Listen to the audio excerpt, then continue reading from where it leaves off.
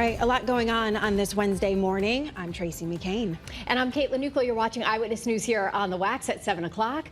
Let's get right over to meteorologist Jill Gilardi for a check on that first alert forecast, see how the day is shaping up. Hey, good morning, Jill. Good morning. Nice weather if you're decorating outside for Halloween. I was doing so and I just realized I still have a, can you see that? Yes, a little string. Spider, is that That's a a little spider piece web? of the spider web, yeah. I was putting Wow, out the, just put it right on the floor. It's cool. Yeah. Wow, your house Don't must worry be about very it. festive. I'll get it later. I can't find it. It's gone. Yeah, it's nothing. But yeah, I mean, good weather for, you know, getting the pumpkin, even carving it outside, decorating for Halloween if that's something you do, or maybe you're decorating for fall. You know, that was a comment I had on Facebook the other day. It's like, I don't do that anymore. But yeah, certainly for fall. And we have non-fall like temperatures, but hey, we're not complaining, right? New Haven right now, it's 56 degrees. What a beautiful start to the day. A few more clouds though, a little thicker up towards Windsor Locks where it is 55. So a few scattered clouds to start off the day. All in all, looking beautiful, a little cooler than it was yesterday, and I could notice that stepping outside. I was like, oh, I almost had a little chill there. 55 in Windsor Locks, 50 in Tolland, and if you headed out to go for a walk this morning, perfect weather for that. Anytime today. Temperatures will be a little bit cooler than it was yesterday, but these numbers are pretty close to where we should be for this time of year. All right, we're going to be talking about our two little measly rain chances ahead over the next 7 days. That's coming up in a little over 10 minutes. For now, let's get an update on traffic with Caitlin. Good morning. Good morning, Jill. Good morning, everyone. All right, if you're just waking up with us, getting ready to head out the door to head to work or bring the kids to school here, check on your roads. Looking pretty typical, especially for this time of morning. You can see we're just about a 35-minute ride from Waterbury to Hartford on 84 eastbound. Not doing too bad there. Heavier delays, 95 southbound, New Haven to the George Washington Bridge. We're almost at 100 minutes, so past that hour-and-a-half mark there. And the Parkway is backing up a little bit more substantially at this time. Thankfully, no crashes, no major incidents out there. And if you're planning to leave a little bit later this morning, that daytime construction work picks up just between 8:30 and 9 o'clock. But right now, nice and quiet. Live look outside in Hartford. Here in Waterbury, again, very quiet out there so far this morning. Not seeing any delays in Middletown, right by the light along Route 9, and a live look here in Meriden, 691 east and westbound. Grab the sunglasses, though. You might need them. I'm Caitlin Francis with your Connecticut Chevy First Alert Traffic Report, driven by your Connecticut Chevy dealers. Well, this morning, the East Hampton School District community is waking up on high alert with some extra police presence expected at schools in town today. Yeah, you saw all the alerts on the WFSB app yesterday warning you about that shooting threat at a middle school, sending it into lockdown. Channel 3 Eyewitness News reporter Marcy Jones has the latest from East Hampton. We've seen a few police cruisers out here in front of the middle school, and that will actually be a common sight at all 4 schools within the district. That's not to cause panic. It's actually the opposite, to reinforce the message that school administrators as well as law enforcement take every threat seriously. According to police, the lockdown at East Hampton Middle School was prompted by a phone call around 1 p.m. A person reporting an active shooter inside the school. Immediate action was taken. The situation prompted all 4 schools in the district to go into lockdown. Multiple law enforcement agencies from near and far responding, including state police and U.S. Marshals. Thankfully, after a thorough search of all the schools, no credible threat was found. However, the situation was still chaotic and traumatic. At first, you're just so upset, your stomach's flipping, you just want to throw up, and then I just got in my car, came down here. We've also reached out to police since this morning. We've tried to get any answers if any arrests have been made. As soon as we get any more updates, we'll bring that to you, but for now, that's the latest. In East Hampton, Marcy Jones, Channel 3 Eyewitness News.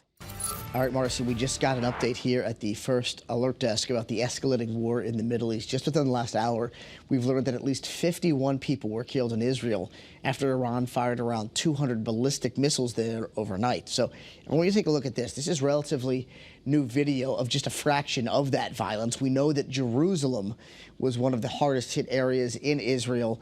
And we also know, as you can see here, this footage shows people were actually running for their lives there. Also, the Ayatollah of Iran spoke for the first time since that attack recently, and he slammed the United States for being involved in the Middle East. Meanwhile, Israel's prime minister has vowed to retaliate. The IDF is now sending thousands more troops into this area in southern Lebanon. They're also warning people who live in dozens of villages to evacuate immediately.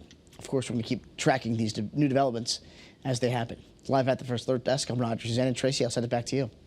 All right, Raj, thanks. Connecticut lawmakers are responding to the attack. Senator Chris Murphy just released a statement saying, quote, Iran's reprehensible missile barrage against Israel was a further act of terror that puts millions of innocent lives in danger.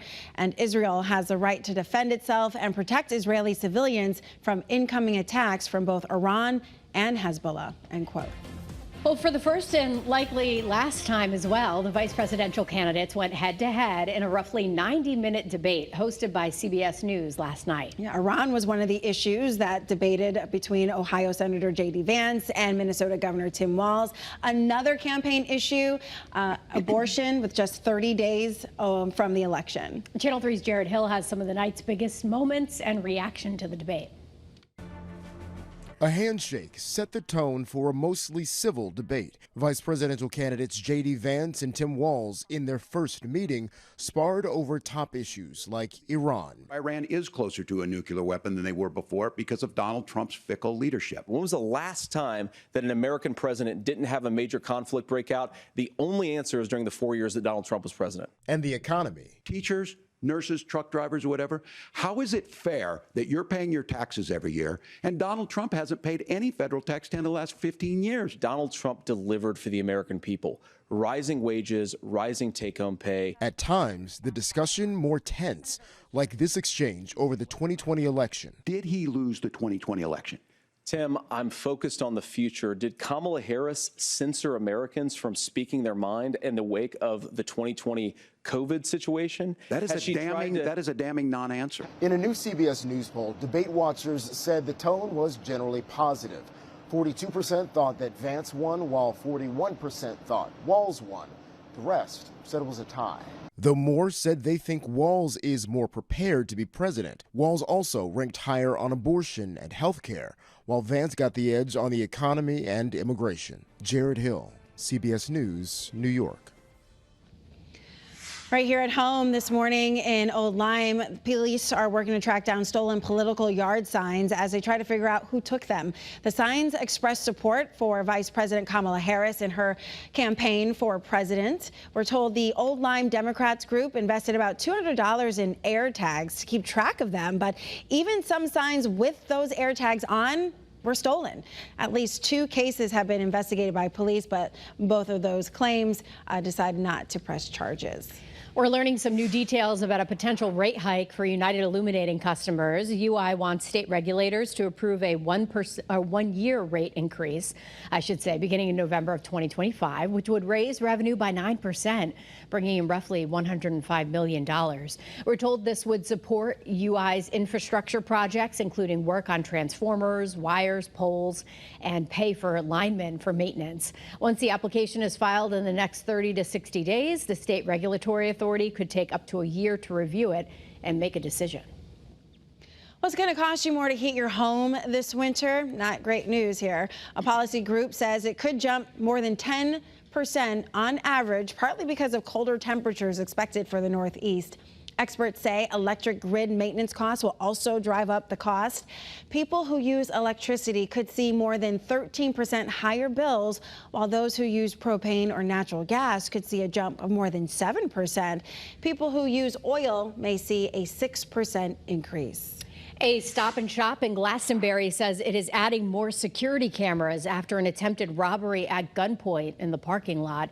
It happened on Glastonbury Boulevard Saturday. Police say the suspects in a stolen car tried to rob a woman at gunpoint. She got away. She wasn't hurt. Investigators say you need to be on alert for this because criminals are relying on the element of surprise. One of the people accused in a brutal case of kidnapping and assault is due in court in New Haven this morning. 23-year-old Avante Ryan is accused of luring a teenager into the woods in Brantford on September 1st and then torturing them for 3 hours. Police say they found out about it because of an alleged recording. Ryan is held on a $1 million bond and faces a judge this morning at 10. Well, this morning, the city of New Haven and the police union have reached a tentative agreement over a new 6-year contract. It includes annual pay increases to help retain officers. There's also a new $70,000 a year starting salary to try to attract and recruit new officers. The proposed agreement includes new work schedules to provide better work-life balance for officers. The plan must still be submitted and voted on.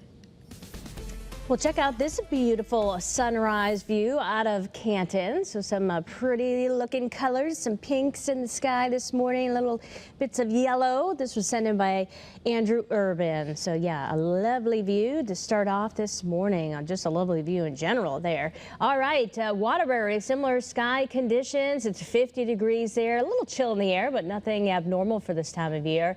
So while we're tracking a few scattered clouds, nothing too terribly thick or widespread. And a little cooler than yesterday, 49 Willimantic versus 53 in Hartford. So for the kiddos going out to the bus stop, they'll need the long sleeve initially, and then beautiful weather for the ride home. And then after school, great weather to be outside. We're going to be talking about 2 rain chances ahead over the next 7 days. I'll fill you in on that in 10 minutes.